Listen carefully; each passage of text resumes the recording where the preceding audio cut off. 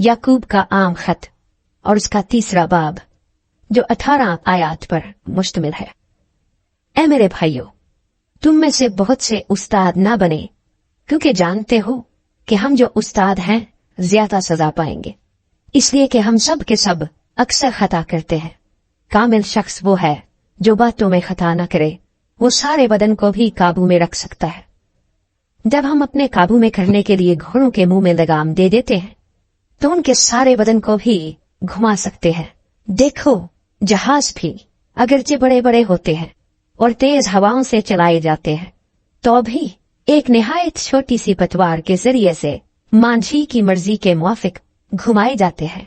इसी तरह जबान भी एक छोटा सा उज़्व है और बड़ी शेखी मारती है। देखो, थोड़ी सी आग से कितने बड़े जंगल में आग लग जाती है। जबान भी एक आग है।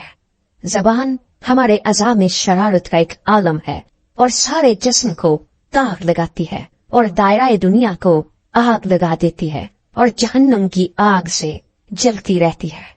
क्योंकि हर किस्म के चौपाए और परिंदे और कीड़े मकोड़े और दरियाई जानवर तो इंसान के काबू में आ सकते हैं और आए भी हैं, मगर जबान को कोई आदमी काबू में नहीं कर सकता।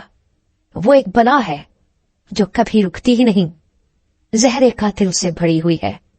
इसी से हम खुदावंद और बाप की हम्द करते हैं और इसी से आदमियों को जो खुदा की सूरत पर पैदा हुए हैं बद दुआ देते हैं। एक ही मुंह से मुबारकबाद और बद दुआ निकलती है। ऐ मेरे भाइयों, ऐसा ना होना चाहिए। क्या चश्मे के एक ही मुंह से मीठा और खारी पानी निकलता है? ऐ मेरे भाइयों, क्या अंजीर के दरख्त में जैतून और अंगूर में इंजीर पैदा हो सकते हैं? इसी तरह खारी चश्मे से मीठा पानी नहीं निकल सकता। तुम में दाना और फहीम कौन है जो ऐसा हो वो अपने कामों को नेक चाल चलन के वसीले से उस हिल्म के साथ जाहिर करे जो हिकमत से पैदा होता है।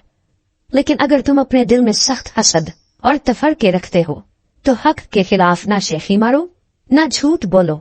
ये हिकमत वो नहीं जो ऊपर से उतरती है, बल्कि दुनियावी और नफसानी और शैतानी है।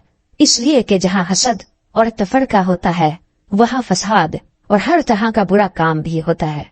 मगर जो हिकमत ऊपर से आती है, अव्वल तो वो पाक होती है, फिर मिलनसार, हलीम और तरबियत पजीर, रहम और अच्छे फलों से लदी हुई, बेतरफदार और बेरिया होती है और सुलह कराने वालों के लिए रास्तबाजी का फल सुलह के साथ बोया जाता है।